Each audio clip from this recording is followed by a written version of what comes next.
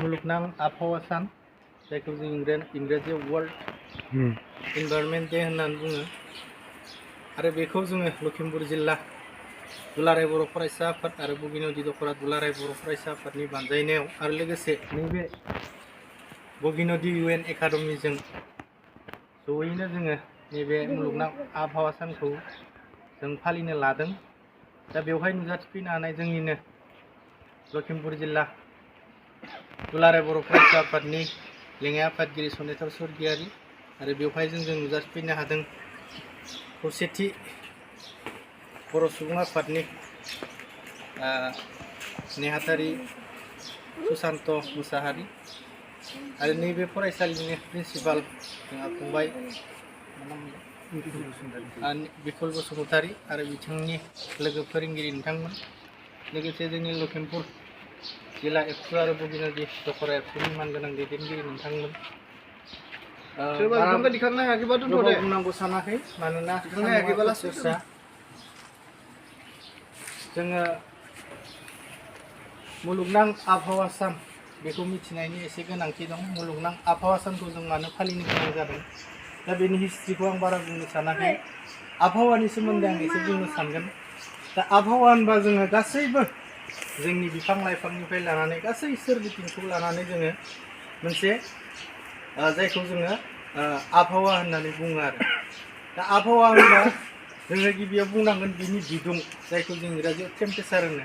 गोदो जों फरायनो मोन्दोंमोन जेब्ला LP स्कुलाव थाखो 6आव मोन्दोंमोन बेवहाय बिदुङा बेसेबां सेलसियास जादों जों फरायनो मोन्दोंमोन जोंनि समाव 22निफ्राय 27हालागै जों बिदुंखौ मोन्दोंमोन। नाथाय दिनैनि समाव जोङो लेखायाव मा लिरनाय दं मिथिया नाथाय जों मबाइल बा टिभि निउसफोराव मोनो 30निफ्राय 38 बा 40हालागै थाङो। अब्ला जोंनि बोथोरनि कन्डिसना बेसेबांबा गाज्रियाव थांगासिनो दं। दा बेनि जाहोना जाबाय जोंनि बिफां लाइफांखौ फोजोबस्रांनायनि थाखाय बेफोर गुदुं थासारिया जोंनि एरियायाव जागासिनो दं आरो। दा जों आसाम हिसाबै एसे सेफ जनावसो दंबोयो।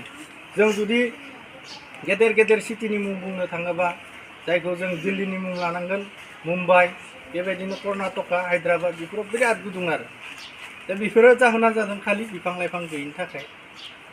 जेरै दिल्ली, मुम्बाइ, हायद्राबाद, केलकाता बेफोराव जिबायदि गरम जागासिनो दं जोंनि आसामाव बेबायदि गरम जानो थांगासिनो दं। ओंखायनो जोङो साफ्रोमबो फरायसाफोरा साननांगोन आरो जोंनि साफ्रोमबो दैदेनगिरिफोरा साननांगोन जोङो गरमखौ बा आबहावाखौ जोङो थाजिम लाखिनोबा जोङो साफ्रोमबो मानसिया बोसोराव 10टा करै जों जुदि बिफां लाइफां गायोबा बे आबहावाखौ जों कन्ट्रलाव लाखिनो हागोन। अब्ला जोङो मोनसे थान्दा परिबेसाव थानो हागोन। नङाबा बे राजस्थान बायदि 50 डिग्री सेलसियासहालागै जोङो माने परिबेसखौ सह्य खालामना थानांगोन आरो। दा जोङो 33 डिग्रीखौनो 33 डिग्रीखौनो जोङो सहायनो हायाखै। जुदि जोङो 50 डिग्रीहालागै थांनांगौबा जों मा जागोन? दा बेनिखायनो जोंनि थांखिया जानांगौ जों 50 डिग्रीयाव थाया, जोङो आन्डार 30आवनो थागोन, माने 30नि गाहायावनो थागोन।